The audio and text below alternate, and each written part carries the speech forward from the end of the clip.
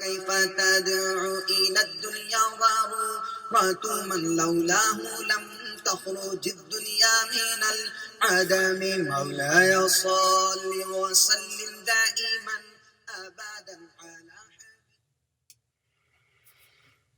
السلام عليكم. بسم الله الرحمن الرحيم. صلاة والسلام على خاتم الأنبياء سيدنا محمد وعلى آله وأصحابه أجمعين. بسم الله الرحمن الرحيم.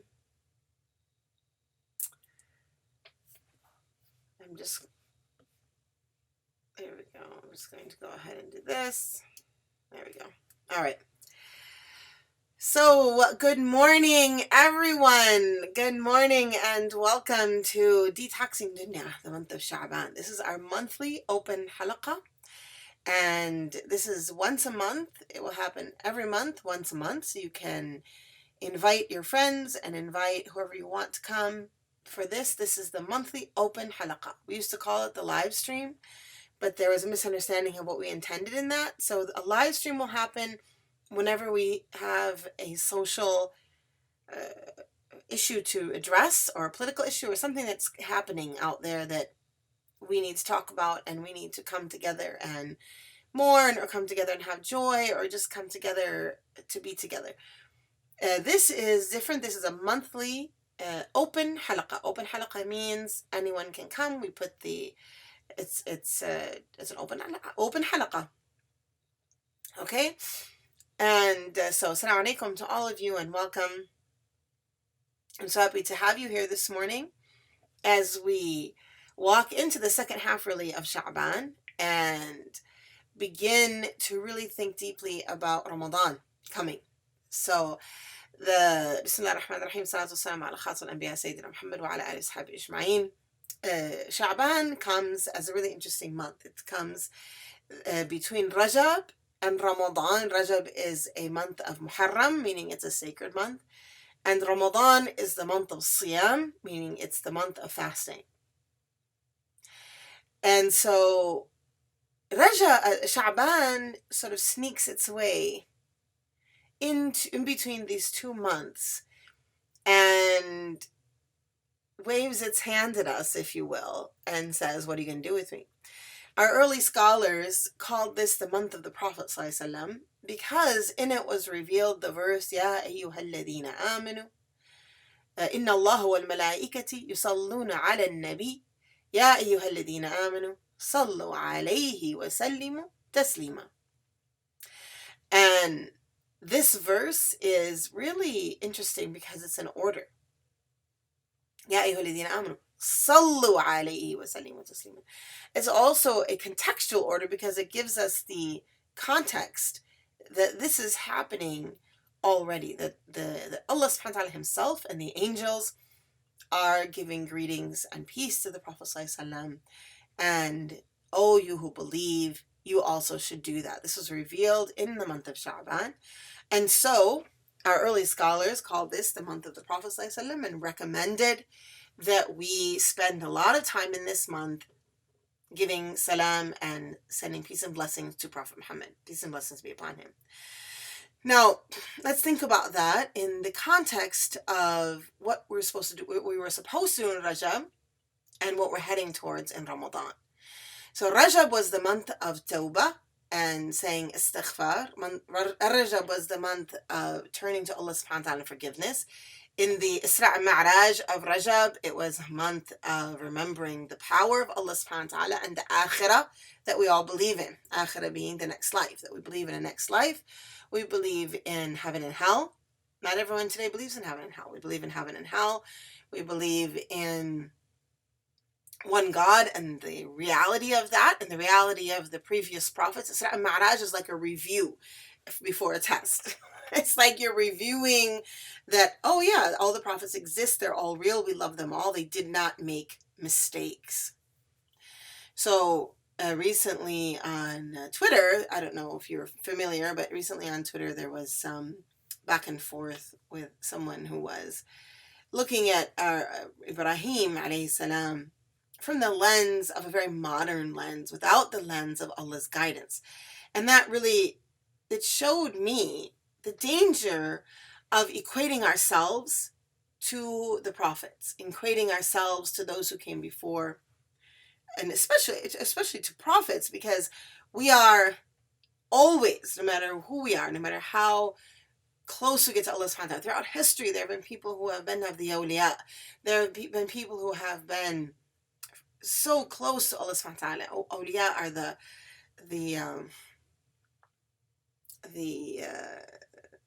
those who it's like the friends, but the very friends, the people of God. And yet, none of them, no matter who, no matter how close they were, no matter how good they were, even came close to the level of a prophet, because prophets were the connection between us and Allah, us in the heavens. We don't have that anymore at all. And we won't have it anymore until the very end of time, when Isa returns. When Jesus returns.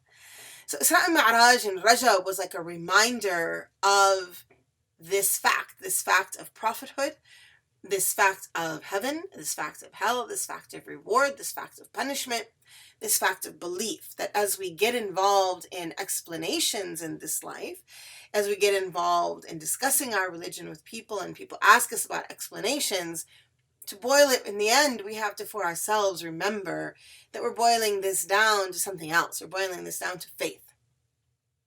Now, after Rajab, which was, because when you have that faith and you realize the greatness of Allah, subhanahu wa ta'ala, jalla jalaluhu, the greatness of our Prophet, sallallahu alayhi wa Muhammad, the greatness of the companions, radiallahu anhum, and the greatness of the early prophets, alayhim salam, then you begin to see how small you are and how great your mistakes are.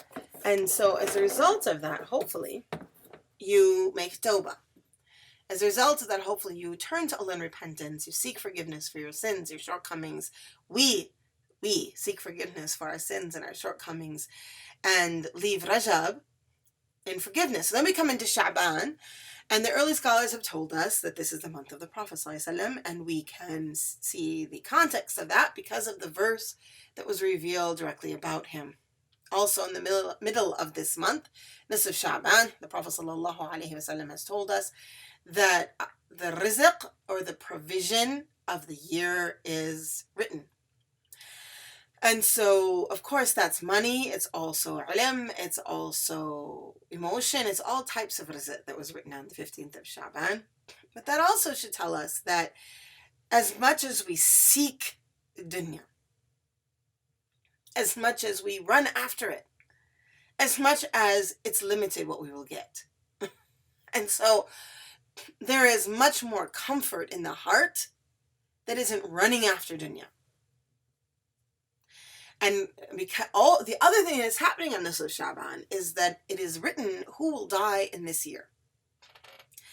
That is always, to me, a very powerful narration of the Prophet ﷺ, that we can imagine that on the middle of the month of Sha'ban, which lies in the middle of Rajab and Ramadan, Allah subhanahu wa ta'ala has written for us when and if and when we will die during this year. It's written and revealed to the angels.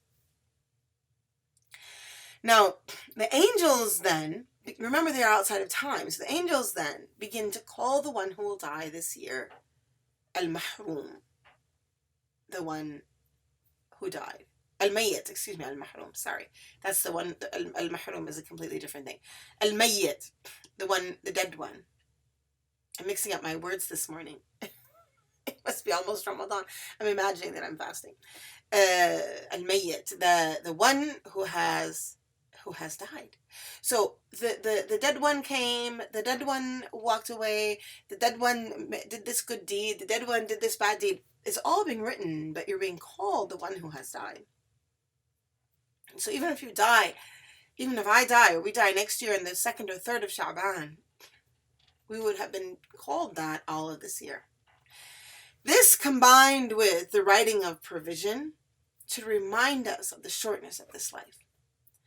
To remind us that it's not just about us being here and this life going on forever with us continuing to collect and collect and collect. We live in a capitalist system that teaches us that collecting stuff is the goal of this life, that we should be collecting degrees and collecting stuff and collecting people and collecting fame and collecting likes and collecting followers and collecting food and collecting calories.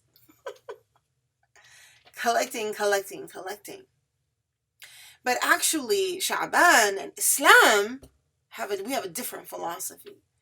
And it's a philosophy of giving. The paradigm of the Muslim, the believer, is not the paradigm of take, collect, and give me. It's the paradigm of give, spread, and give. Another word for give. This is a very important paradigm shift, and especially in this time. So here we are in Sha'ban, and if we can be thinking about that in these last 10 days before Ramadan comes, if we can think about, what is my paradigm? Am I a taker? Am I a collector? And I'm not talking about, there are people who collect rare books. There are people who collect bunnies, whatever. All of this is not, it's not important really. I mean, it is in a different discussion, I suppose, depending on how much your heart is attached to those things. But there is a problem in our need to have a full refrigerator, full closet, full stomach, full car full of stuff, I mean, not gas. Your car should be full of gas so you don't run out. Fancy house, bigger house than we can afford, bigger car than we can afford. We have to move beyond this as Muslims. We have to learn how to live in this life as a traveler. And until we do, we will continue to be miserable. It's not only the problem of wanting to collect stuff for our refrigerator and our closets. Emotionally, we are also very selfish. Very selfish. The human being, today, the modern capitalist person emotionally looks at marriage as, what are you going to give me? Looks at friend relationships as, what do you do for me? Looks at work relationships even as, what do you give me? How do you reciprocate for me? That's my political, strategic relationship here. In fact, books are written about this. Books are written about the importance to create relationships in business so that your business can do better. Not so that you can have a better relationship. Islam says, no, we're not going to be we're not selfish about people. Oh, and the other thing we're selfish about with people, before I talk about Islam, is we're selfish with our emotion. We're afraid to give people emotion and afraid to love. We're afraid to love even our spouses, even our children. We're afraid to love our friends and our families. We're afraid to really love outside of the rights that I have. What are my rights as a wife? What are my rights as a daughter? What are my rights as a mother? Now we have rights, but generally those rights are what you turn back to when there's a problem. The time we say, what is my right, is the time when love has dissipated and we have to rely on legal rights. The reason today is everyone's talking about rights and responsibilities in marriage and in family relationships and in mother-daughter relationships and in all these relationships is because we are stingy with our love and our feelings. We're stingy with our emotions. We're afraid to be hurt. I understand that. But we're afraid to be hurt in the same way we're afraid to be impoverished. It's a capitalist attitude. And what we have to learn is that we can be generous with our material things and generous with our heart. And the way to do that is to be, as a Muslim, is to take this heart and give it to Allah subhanahu wa ta'ala. Like fully, completely love Allah subhanahu wa ta'ala. The heart that loves Allah is expansive. It doesn't mean it doesn't get hurt. No. There is no promise that if you love Allah, you'll never be hurt by people. There is instead a promise that if you love Allah subhanahu wa ta'ala, your heart will be able to soak in these people. And the hurt that they dish out to you, you will be able to move on. You're able to find it within yourself to move on without moving on away from them even necessarily. There are family members that you are stuck with. In-laws and sisters and brothers and people that maybe hurt your feelings a lot. Uncles, aunts, whoever they are. You can't divorce your sister. You can't divorce your mother-in-law. You can't divorce your child because they hurt your feelings. Today we have this. We have people like, I'm cutting her off. This is not the way of the Prophet ﷺ. This is not the way of Islam. The way of Islam is silat raham. The Prophet ﷺ, in his first dinner for his family, after becoming a prophet, when he wanted to teach them about Islam and tell them who he was and about the revelation, his own uncle, Abu Lahab, stood up and insulted him and ruined the dinner. He didn't say to himself, for the next year, I'm not inviting him. He simply invited him but changed his methodology, speaking before feeding. and still he was insulted. Detoxing Dunia, we have 10 days to do this. And the reason we do this is because we want to come to Ramadan with a heart that is empty of the attachments to this world. We want to come to Ramadan with a heart that is ready to be filled with a relationship to Allah subhanahu wa ta'ala. A heart that looks forward to fasting because our body isn't so attached to the earth. A heart that looks forward to loving the people that Allah loves, loving His creation, because our hearts are not so attached to ourselves. So we have 10 days left of this in this month. And step number 1 is taught to us by the Prophet ﷺ himself and by Allah subhanahu wa ta'ala.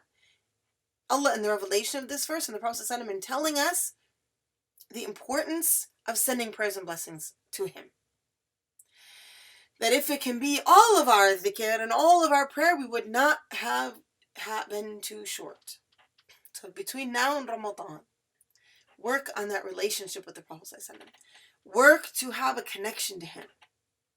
Work so that your prayer, he's an imam of your prayer. He is the connector of your dhikr. The prophet in your life, like the real prophet. What does it mean? It doesn't mean a stranger. Your professor at the university is your connection to your degree, telling you what to do, how to get it, how to understand the manual, how to write your papers correctly. The Prophet ﷺ is doing the same thing for you, for me.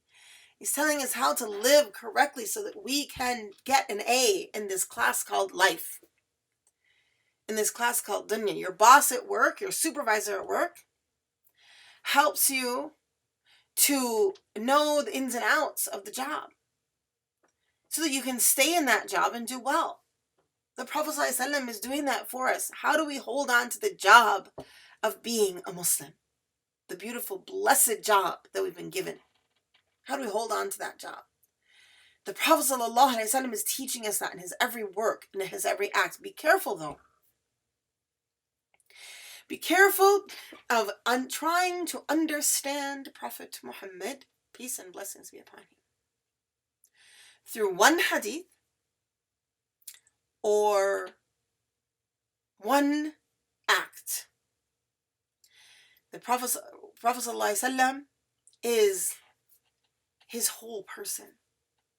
It is his sunnah, his whole life, his seerah, the life of the Prophet ﷺ, that we need to understand and we need to imitate, we need to live, and we need to look at as our teacher.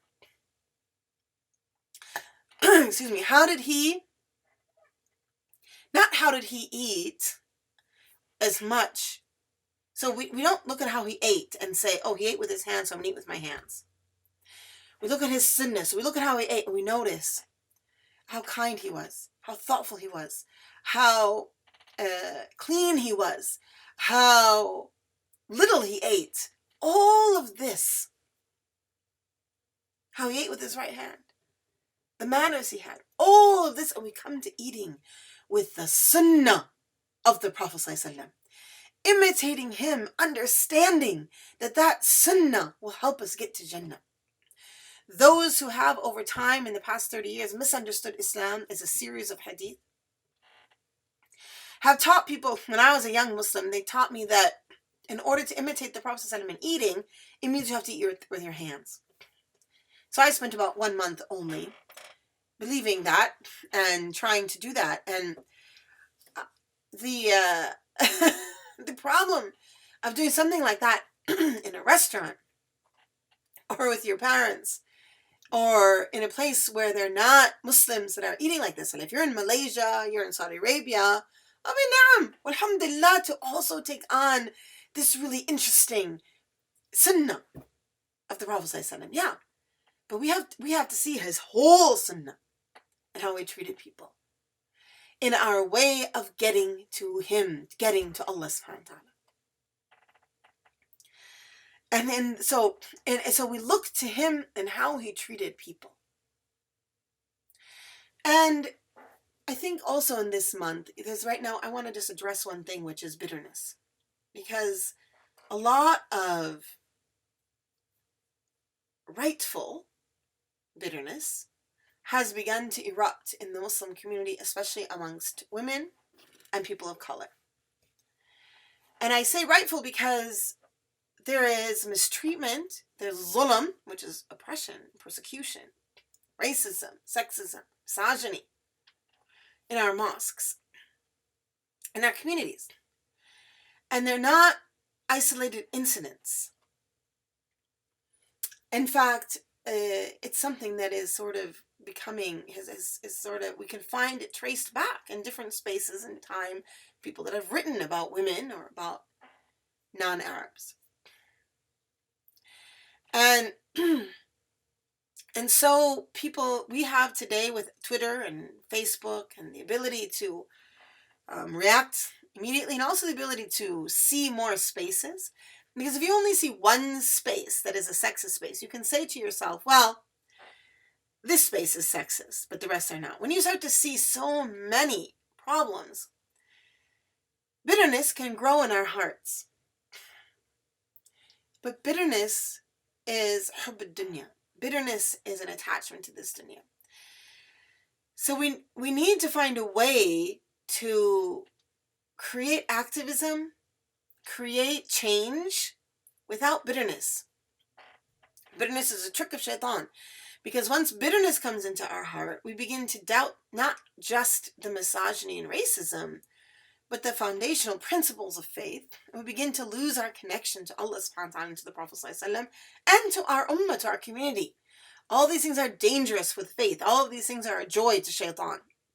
Bitterness pleases shaitan, but displeases Allah subhanahu wa ta'ala. And so if we are going to come into Ramadan in a healthy way, if we're going to make positive cultural change in our communities, we need to find a way to do it without bitterness. And that is, I think, also an important part of the work of these last 10 days of Sha'ban. An important part of the work of understanding who the Prophet ﷺ was. The Prophet ﷺ lived for 10 years in Mecca under severe persecution. And in his work to bring forth truth, his patience was unending. And he insisted on the patience of his companions as well. And we see unending patience in the lives of the men and women around the Prophet ﷺ at that time. Patience being defined as non-bitter activism and support. Khadija radiallahu anhu spent her entire fortune during the time of boycott in order to support the Muslims and pay ridiculous prices that were charged them in order to further the persecution.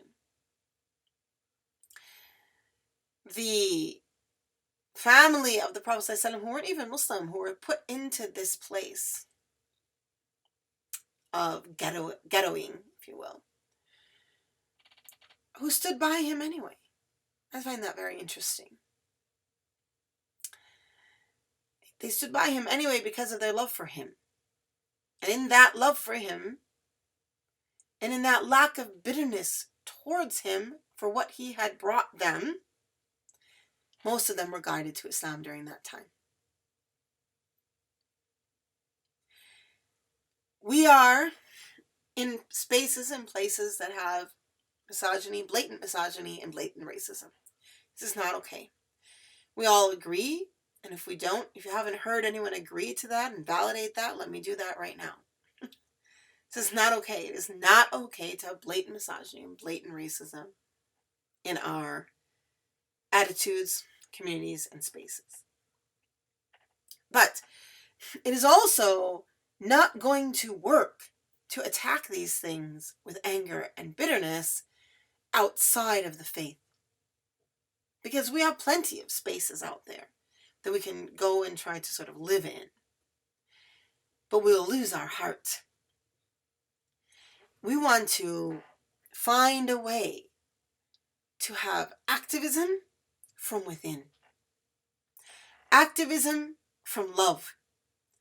Activism from positivism. Activism from a space of sweetness. That isn't easy, to be sure. And I would say that it's a struggle sometimes every day. When you feel persecuted, hurt, oppressed, it's a struggle to move from bitterness to sweet. But that is part of jihad. The word jihad that we're all afraid to use today because of those who have hijacked it. This is a crucial part of jihad. The ability to face, to recognize that bitterness can happen, to face it down, stare it down, and overcome it with sweet. A sweet attitude is an attitude of sympathy and understanding. It's remembering the blessings in our own lives and the understandings, the blessing of having the understandings, the blessing of the health that we have to be able to work. When and if we come at these serious problems with sweetness in our activism, I believe the struggle will be faster. The struggle it'll be a struggle for sure, but it will be a less painful struggle and it will be a more successful struggle.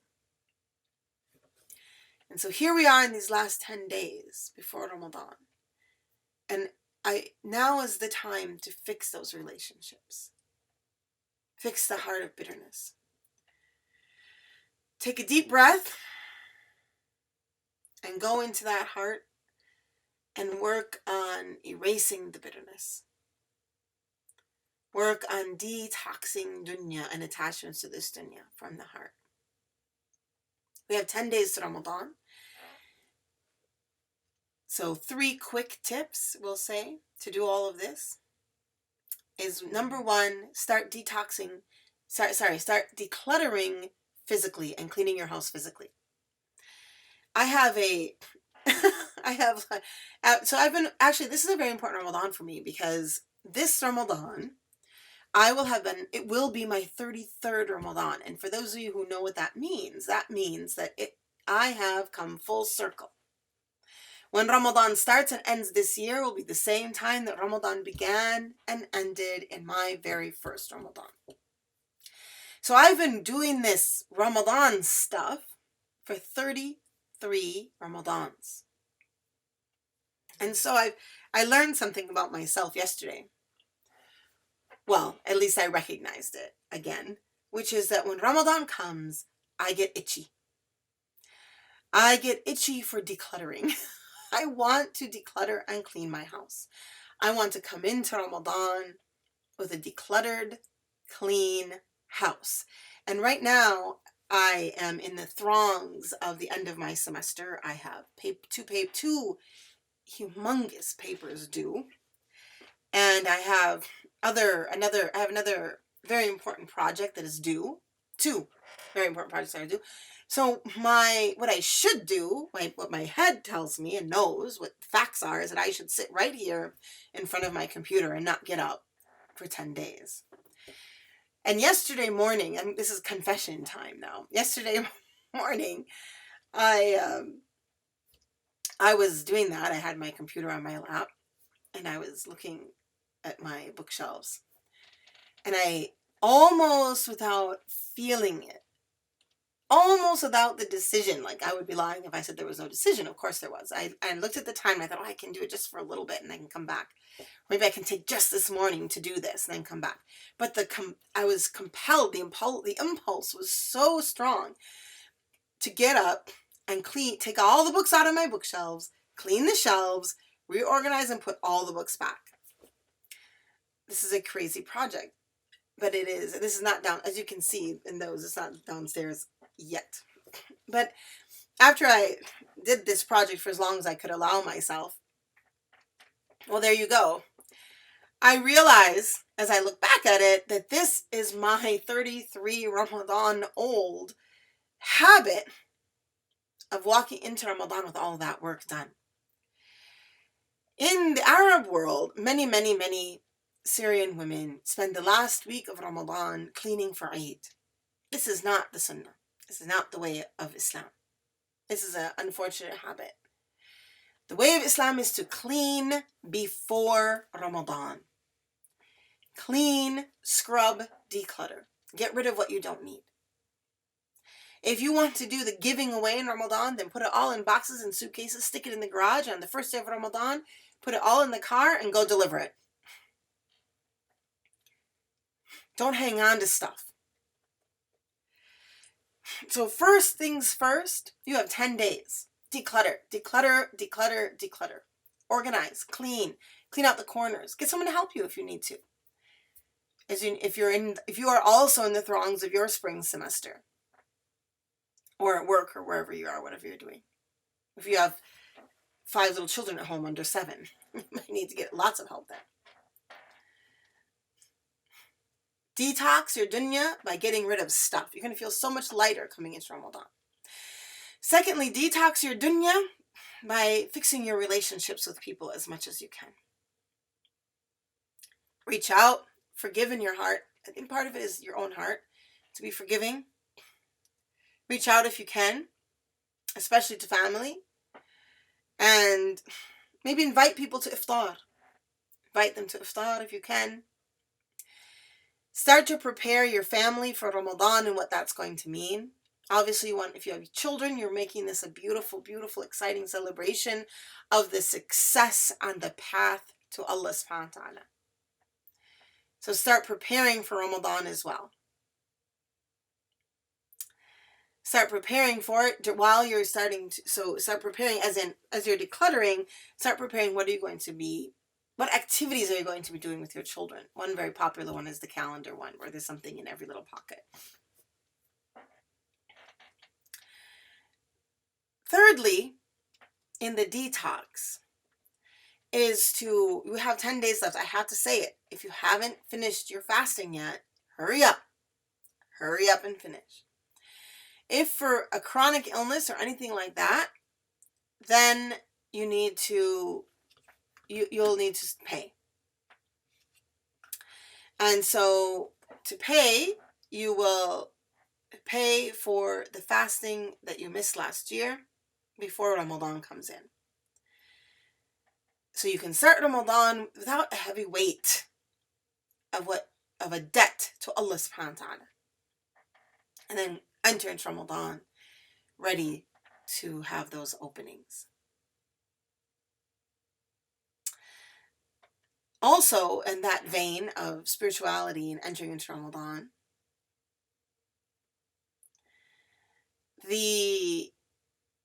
one minute on the question, also in the vein of spirituality and entering into Ramadan, is making a plan for your Quran reading. We will have at daybreak, if you live in Minnesota, every day at 6 o'clock after work. So we're doing it after work because so many women work. In our pop-up mosque. We're doing a pop-up mosque. I'm so excited about this. And if you're in Minnesota, Wisconsin, Michigan, Chicago, wherever you are close enough, and you want to pop into our pop-up mosque, we're so excited to have you. And we're doing a pop-up mosque all during Ramadan. There will be a mosque there. And it'll be a mosque for anyone who wants to pray, anyone who wants to drop in and read Quran, anyone who wants to drop. But there'll be do i'tikaf. Also, if you want to do i'tikaf for a period of time in the day. Also, we will have You could do i'tikaf longer, but a man couldn't, because every day we're going to have 2 activities for women only. One is a khitme project. So every day we're going to read Quran out loud at 6 o'clock, a day. And I believe we will live stream that through Rabata. So I should put that up. We'll take care of that, inshallah.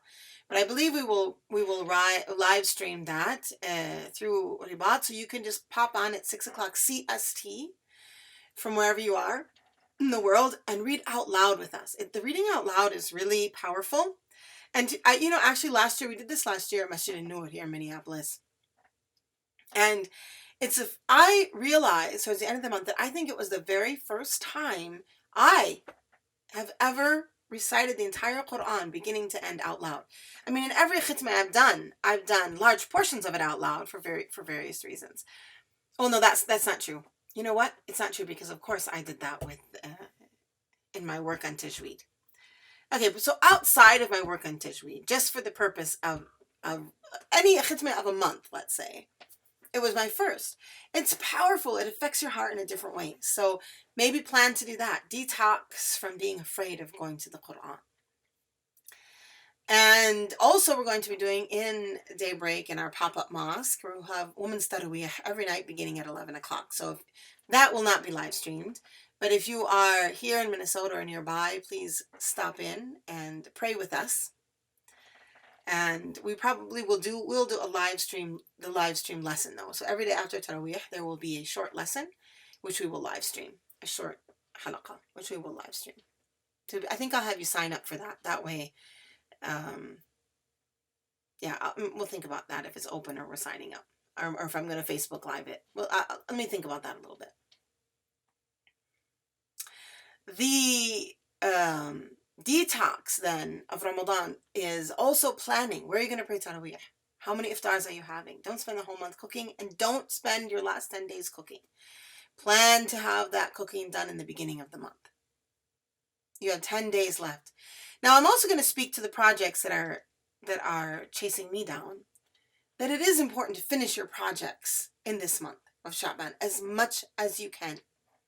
As much as you can. There will be things you can't finish, but whatever you can finish in this month. Don't hold on to it for Ramadan. Let Ramadan be the month of closeness, the month of worship, the month of serving, the month of changing the paradigm from selfish to selfless, the month of changing the paradigm from bitter to sweet, of changing the paradigm from distance to closeness. And now we have our 10 days to prepare for that. Okay? Detoxing Dunia. Focus on it. Put it on project level in these last 10 days of Shaban. Clean your house. Clean your house. Declutter your house. Clean your house. Clean your car. Declutter your car. Get rid of, cull your clothes. We're also at a change of season. It's a perfect time to cull your clothing. Get rid of the summer clothes you're not going to wear this summer that don't fit you anymore. Do not say I'm going to lose weight, okay? You're not. But if you are going to lose weight, and you do lose weight, guess what? You don't want to wear those old clothes.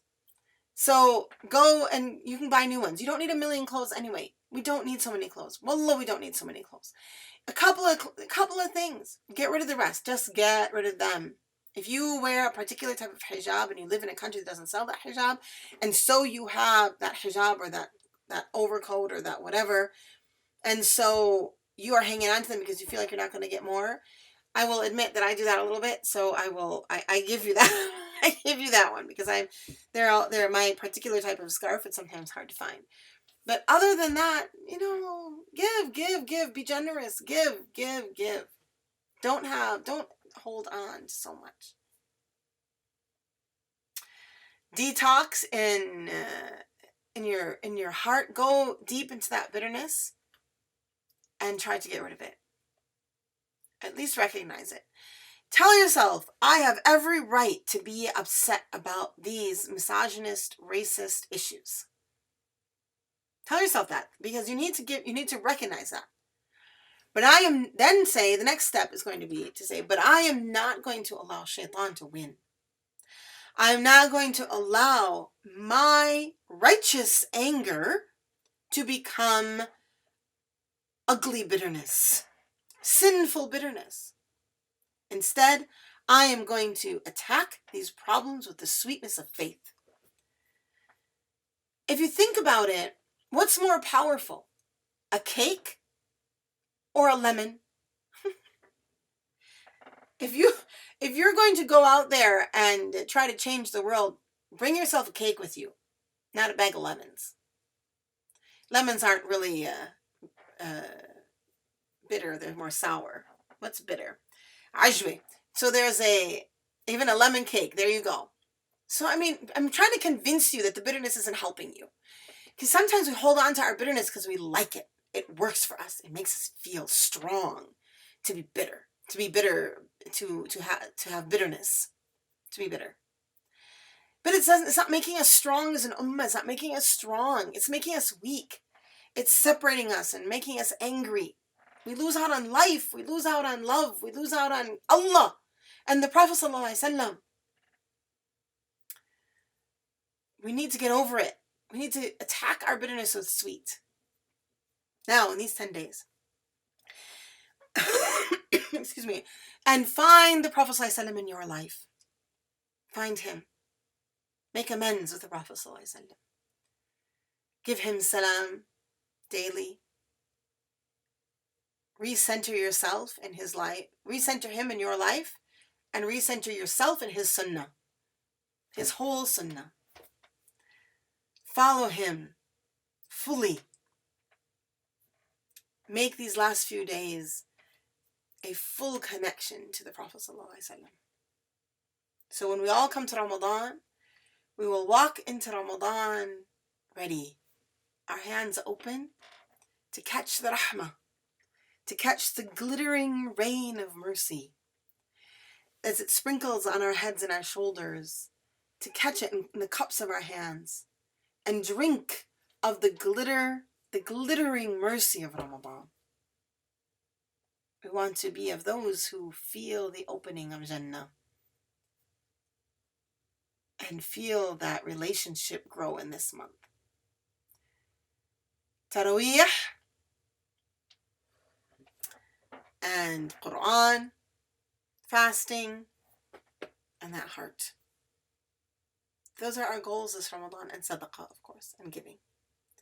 Those are our goals this Ramadan. Let's prepare for them now by ridding ourselves of dunya, coming out of hubb al-dunya to hubb al-akhirah, to loving the akhirah and loving Allah. Loving of this dunya, what loves Allah and what is loved by Allah subhanahu wa ta'ala. The Prophet, his awliya, good deeds, animals. Allah loves the animals. People. Love people. You don't have to, Allah loves everyone. Who does he stop from breathing? Who does he stop from air, I should say? Who does he say, well, I'm too angry with you. I'm not going to give you air anymore. Alhamdulillah. We need to detox of this dunya. We need to walk into Ramadan. And let's walk in it together. Let's live in the shelter of each other. Bring your friends along. Bring your family along. We will be together on Twitter, on Facebook, here in this live stream space, at the Rabata website, rabata.org.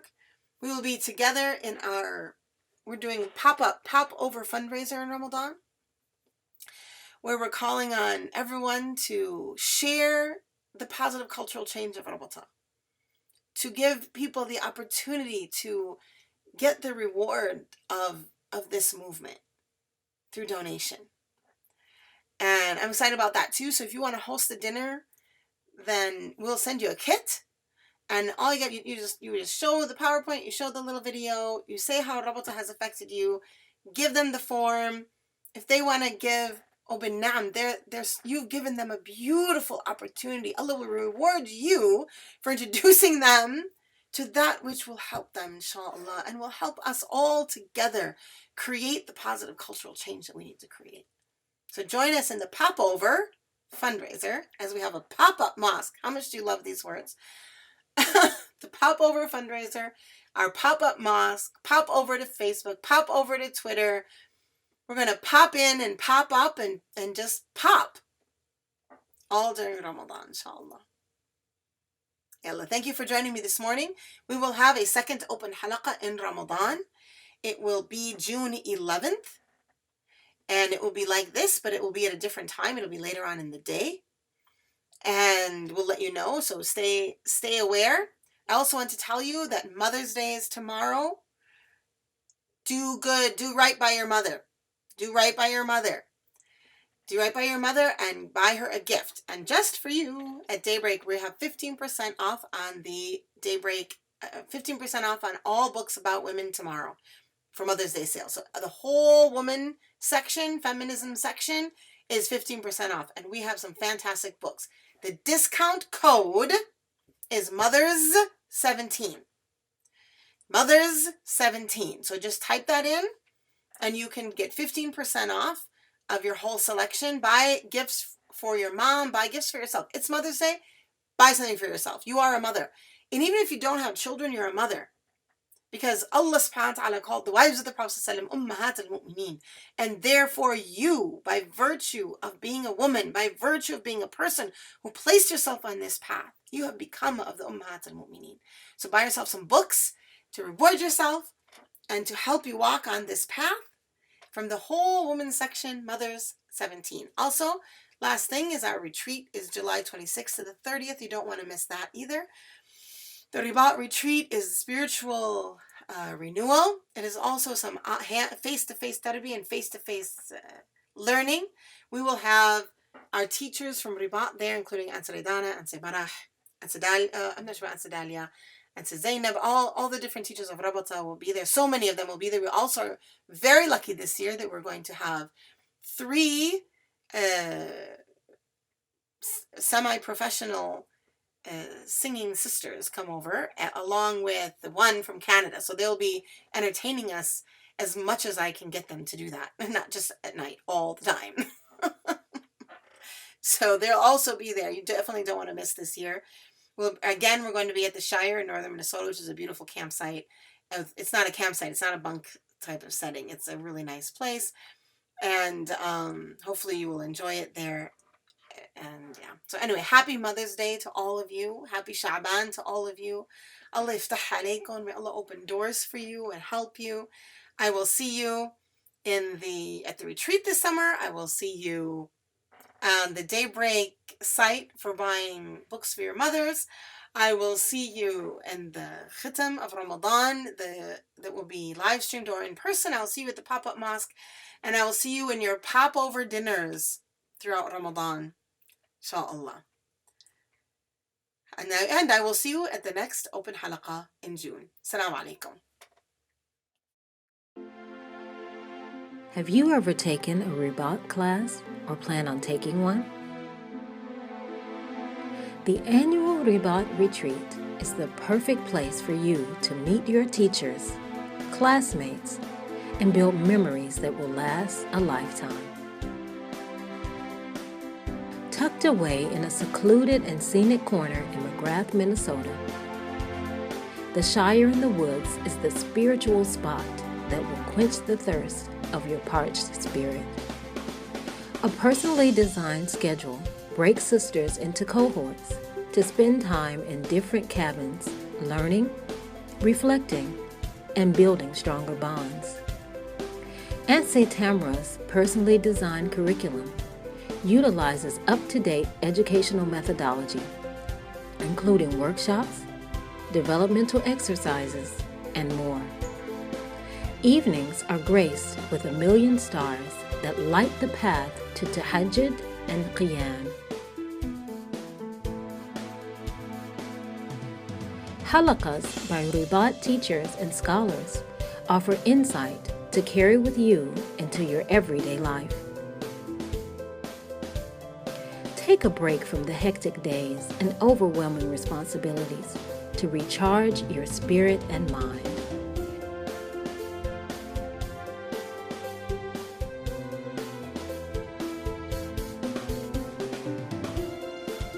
Sisters from every walk of life felt blessings upon blessings during this rejuvenating retreat experience.